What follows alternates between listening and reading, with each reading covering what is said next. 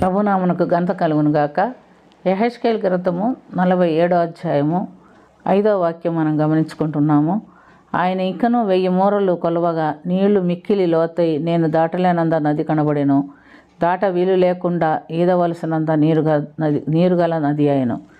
ఇక్కడ మనం గమనించినప్పుడు ఈ నది పరిశుద్ధ మందిరం యొక్క గడప క్రిందను చూపుచున్నటువంటి నదిని యెహెజ్కేలు ప్రవక్తకి దేవుడు చూపిస్తున్నట్టుగా మనం చూస్తున్నాం. ఈ నీరు పారుతూ ఆ నది మొదట అతన్ని 1000 మూరలు కొలిచి నదిలో గుండా నడిపించినప్పుడు నీరు చీలమండల లోతు అయింది. ఆ తర్వాత ఇంకొక 1000 మూరలు కొలిచి ముందుకు నడిపించినప్పుడు నీళ్ళు మోకాళ్ళ లోతు అయినట్టుగా చూస్తున్నాం. అక్కడ నుంచి ఇంకొక 1000 మూరలు కొలిచి ఇంకా నడిపించినప్పుడు మొలలోతు నీళ్ళు వచ్చింది.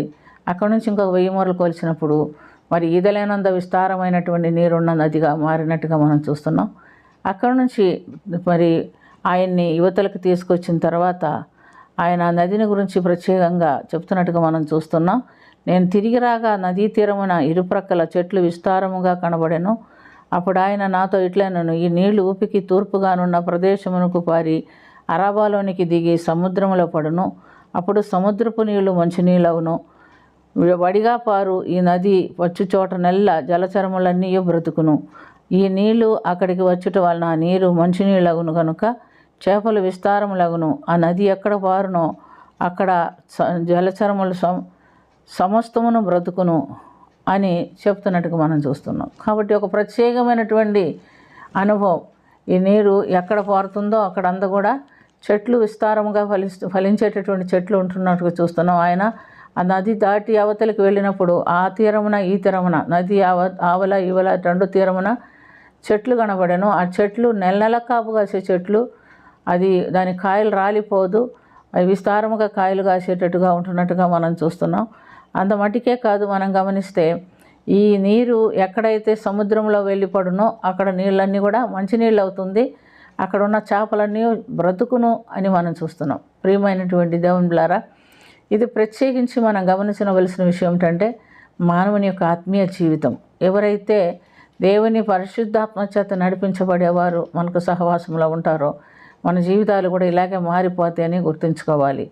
ఆత్మచేత నడిపించబడిన వారితో మనము సహవాసం కలిగి ఉన్నప్పుడు మనలో ఉన్నటువంటి ఉప్పు నీరు లేదా పనికిరానటువంటి మన జీవితాలన్నీ కూడా మంచిగా మార్చబడేదానికి దేవుడు సహాయం చేస్తాడు. వాక్యము, ప్రార్థన, పరిశుద్ధాత్మని అభిషేకం మనలో ఉన్న చెడుగును తీసివేసి ఫలించేటటువంటి చెట్లుగా, మంచి చెట్లుగా మనల్ని మార్చి అందుమటుకే కదా నీరు ఎక్కడెక్కడ పారుతుందో అక్కడ జలచరములు అన్నీ బ్రతుకును అని మనం చూస్తున్నాం. మనం ఎక్కడికి వెళ్ళి దేవుని వాక్యం ప్రకటిస్తామో అక్కడ తప్పకుండా జీవం ఉంది. ఆ వాక్యంలో ఉన్న జీవము మనుషుల్ని జీవింపచేస్తుంది, ఆశీర్వాదకరంగా మారుస్తుంది అని మనం చూస్తున్నాం. ఈ నీరుని గురించి మనం గమనిస్తే ప్రత్యేకించి ఇది దేవుని వాక్యము, పరిశుద్ధాత్మాభిషేకం అని మనం గుర్తించాలి.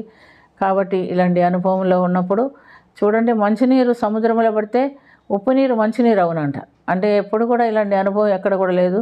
ఎంత మంచినీళ్ళు వెళ్ళి సముద్రంలో పడినా ఆ నీళ్ళన్నీ కూడా ఉప్పు నీళ్ళుగా మారుతుందే. కానీ ఈ ఆత్మీయ జీవితానికి ఉన్న ప్రత్యేకత ఏమిటంటే ఈ ఆత్మతో నడిపించబడి వారి వాక్యంతో నడిపించేవారు ఎంతటి వారినైనా మార్చగలరు. అంటే ఈ వాక్యము, ఈ ఆత్మ, ఈ ప్రార్థన ఎంతటి చెడ్డవారినైనా మార్చి మంచివారుగా చేయగలరు అని ఈ సాదృశ్యం ద్వారా మనం తెలుసుకోవాలి. కాబట్టి మనం ఎంతవరకు ఇతరులను దేవుని వైపు తిప్పగలుగుతామో మనల్ని దేవుడు వాడుకునేటట్టు మనం కూడా వాక్యానుసారమైన జీవితము, పరిశుద్ధాత్మ అభిషేకము, ఫలింపగలిగే జీవితం కలిగి ఉండినట్టుగా దేవుడు మనకు సహాయం చేయనుగాక. ప్రార్థన చేసుకుందాం. ప్రేమ కలిగిన తండ్రి, ఒట్టివారం మట్టివారం ఒకప్పుడు ఎందుకు పలికిమాలిన వారం అయినప్పటికీ నిన్ను కలిగిన తర్వాత నీ బిడ్డలుగా మమ్మల్ని మార్చుకొని అనేకులకు పనికొచ్చే పాత్రలుగా మమ్మల్ని మీరు వాడుకొనిచున్నందుకు స్తోత్రం.